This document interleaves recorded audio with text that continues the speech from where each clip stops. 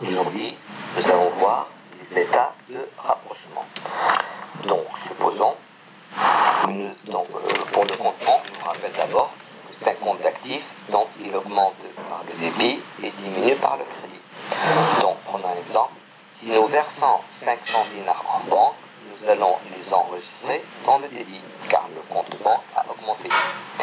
Ce qu'il faut savoir, c'est qu'en parallèle, la banque, elle aussi, elle va tenir une comptabilité, elle va ouvrir un compte qu'elle va appeler entreprise. Lorsque nous versons 500 dinars en banque, pour la banque, il s'agit d'une dette, donc elle va l'inscrire dans le crédit. Deuxième opération, si nous retirons 100 dinars de la banque, donc le compte nos avoirs en banque vont diminuer, donc nous allons les inscrire dans le crédit. Alors que la banque, pour elle, c'est la dette qui a diminué, donc elle va inscrire les 100 dinars dans le débit.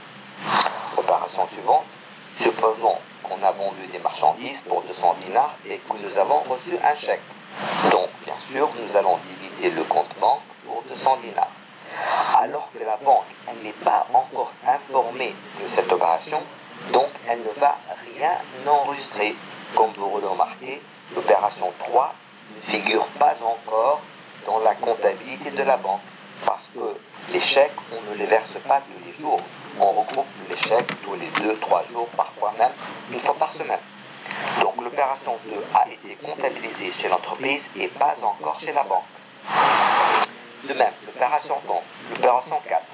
Donc si nous avons des frais bancaires, la banque, elle va retirer par exemple 500 dinars de notre compte, donc elle va débiter notre compte. Ensuite, elle va nous informer par courrier, par voie postale. Donc nous allons recevoir cette information dans quelques jours.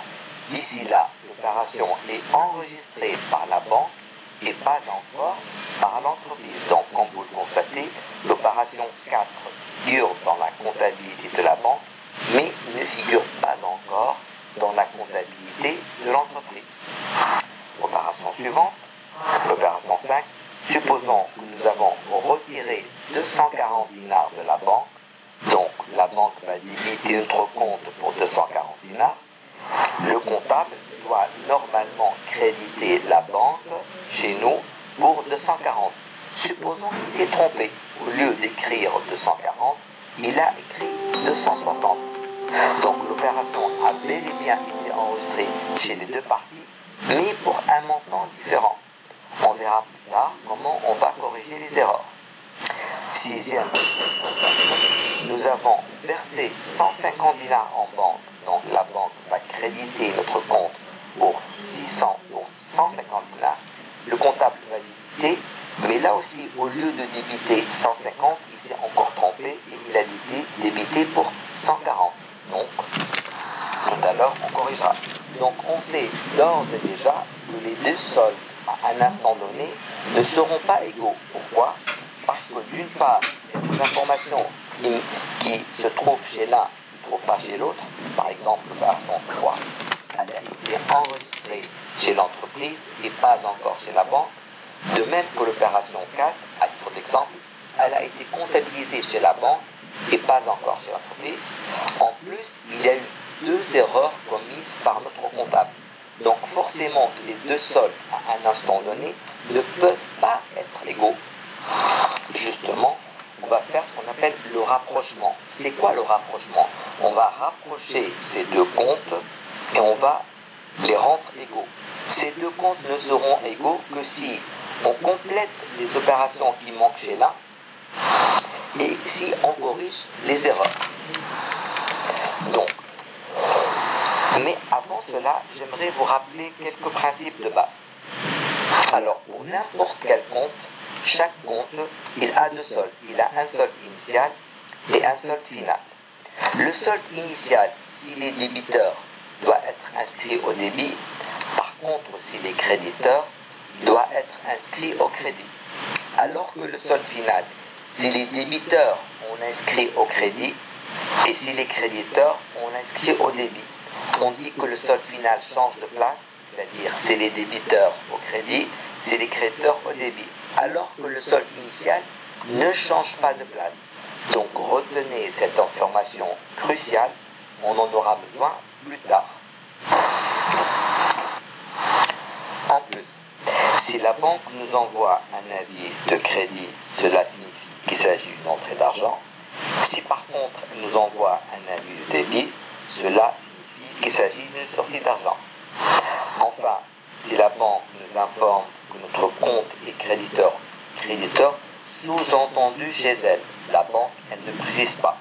Elle nous dit simplement que notre compte est créditeur. On doit comprendre que c'est sous-entendu chez elle. Si notre compte est créditeur chez la banque, cela veut dire que nous avons des avoirs en banque. Enfin, si notre compte est débiteur chez la banque, cela signifie que nous avons ce qu'on appelle un découvert bancaire. Passons maintenant au rapprochement. Le rapprochement de compte banque se fait en 3 étapes. La première étape, ce qu'on appelle le pointage. Reprenons l'exemple de tout à l'heure. Donc, c'est quoi le pointage? On va chercher quelles sont les opérations qui ont été enregistrées et chez l'entreprise et chez la banque. Commençons. Les 500 dinars, on les retrouve aussi bien chez l'entreprise que chez la banque, donc on va les cocher. Les cocher, c'est-à-dire les barrer tout simplement, elles disparaissent, elles ont été comptabilisées convenablement, donc on les coche, on ne les regarde plus. Les 100 dinars, ça se trouve aussi bien chez la banque que chez l'entreprise, donc là aussi on coche, on passe.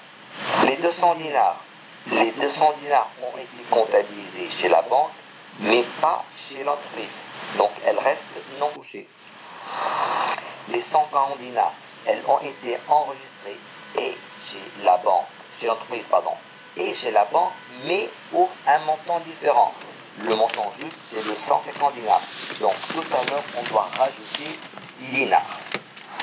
Les 240 dinars, elles ont été comptabilisées et chez la banque et chez l'entreprise, mais l'entreprise a commis une erreur, elle a comptabilisé 20 dinars de plus.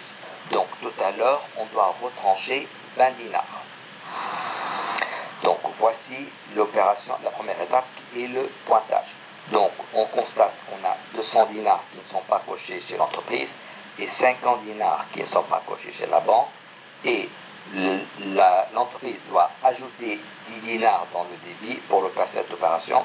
Il doit retrancher 20 dinars du crédit pour cette opération.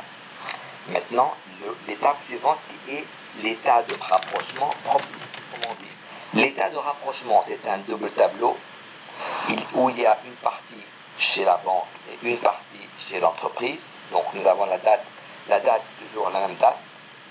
Toute cette démarche se fait en un seul jour qui est à la fin de chaque mois. Nous avons une colonne pour les libellés, une colonne débit, une colonne crédit pour les deux parties. Donc on va commencer alors.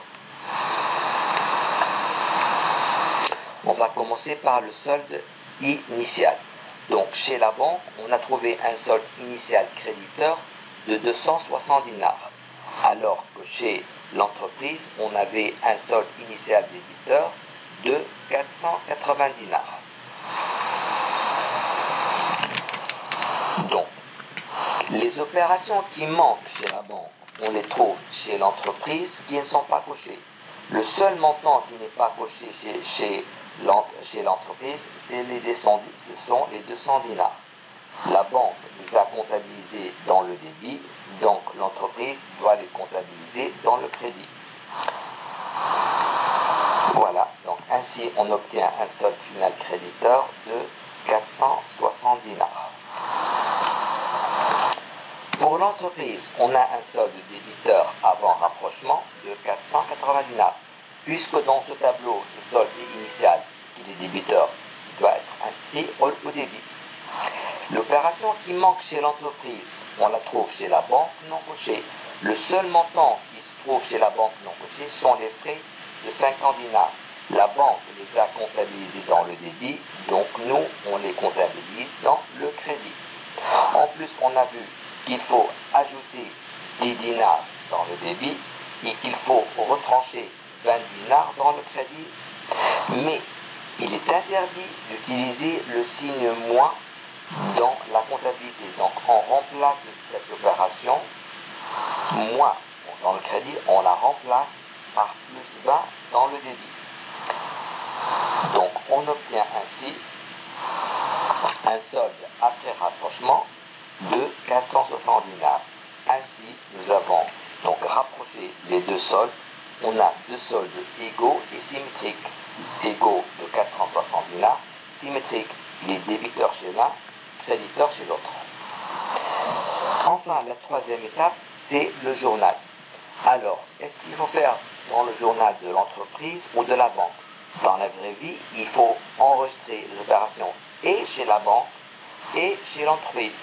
Mais nous, en tant qu'étudiants, on va s'intéresser uniquement à la comptabilité de l'entreprise. Donc, nous n'allons enregistrer que les opérations qui concernent l'entreprise. Combien, avant de passer au journal, vérifions, nous avons combien d'opérations chez l'entreprise? Le premier temps, ce n'est pas une opération, ce n'est qu'un solde. La première opération, ce sont les frais. La deuxième opération, ce sont la correction du dinar. Et la troisième opération, ce n'est pas les moins 20, on a remplacé le moins 20 au crédit par plus 20 au débit. Donc, dans l'entreprise, il y aura trois opérations. Une opération de crédit et deux opérations de débit. On voit. Donc, nous avons une opération de crédit, on a crédité le compte banque de 50 dinars. On a débité deux fois le compte banque, une fois pour 10, une fois pour 20. Comme vous le voyez, là, il s'agissait de frais bancaires, donc le compte c'est services bancaires et assimilés. Là, c'est un chèque reçu d'un client, donc client. Et là, c'est un chèque fournisseur, donc ce sera fournisseur. Et voilà, donc on a terminé le rapprochement. Donc pour résumer, le rapprochement se fait en trois étapes. Le pointage, ensuite l'état de rapprochement qui est un double tableau, une partie chez la banque, l'autre chez l'entreprise, et enfin le journal.